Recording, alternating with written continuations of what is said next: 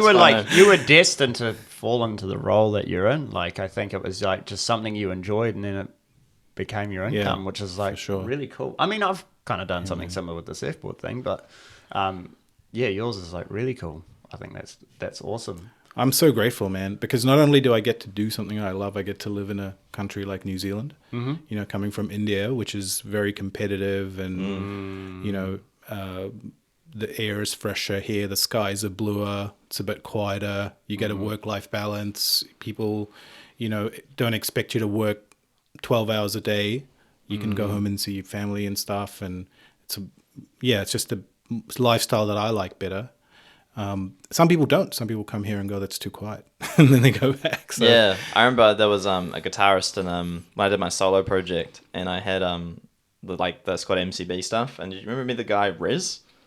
He was this is quite a while ago.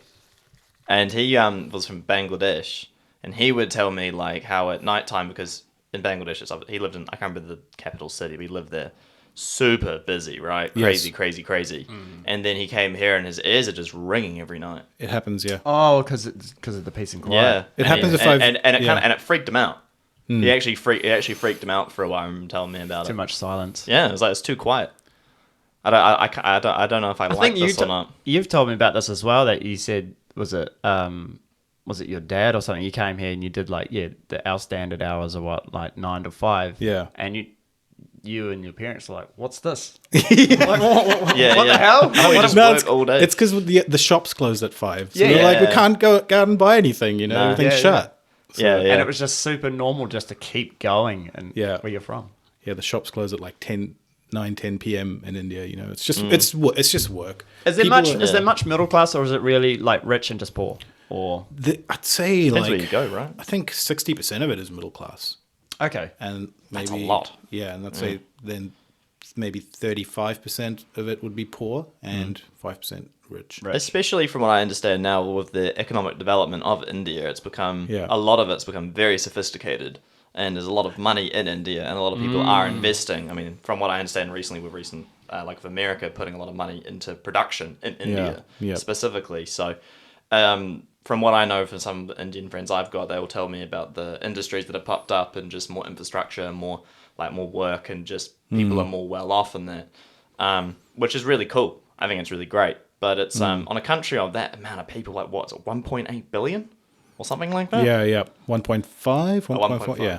What was the main reason moving to New Zealand? My parents wanted a better life for us kids. Oh, so there's 3 of us. Yeah. And so she was maybe worried that I wouldn't find my way over there or something. You know, maybe she knew I wasn't too keen on an academic route. And but she wanted my mum mainly was the driver behind us moving here. And what age? I was 18 when I moved here. Holy. Yeah. So that's a bit of a So shock. I've done my schooling and everything. Yeah, but you were speaking English. Yes. Yeah. But not in a Kiwi accent. It was in a very Indian accent. Yes. Yeah, pretty much like that. Yeah. Did you are you fluent in Hindi or like Man, that's funny. I'm not super fluent, or but Gujarati? That's the other big one, eh? That's a state that's if you're in the state of Gujarat, it's big. Ah, okay. So there's like 25 states. There's so many different languages. Yes. So there's an overarching national language, which is Hindi. Then you have English as like it's not an official, well, it is an official language of India, but it's not, I think that's like the British influence or whatever. But yeah, there's Hindi, which is spoken everywhere. And then you have 25 states and they've all got their state language. And they can be very different to each other.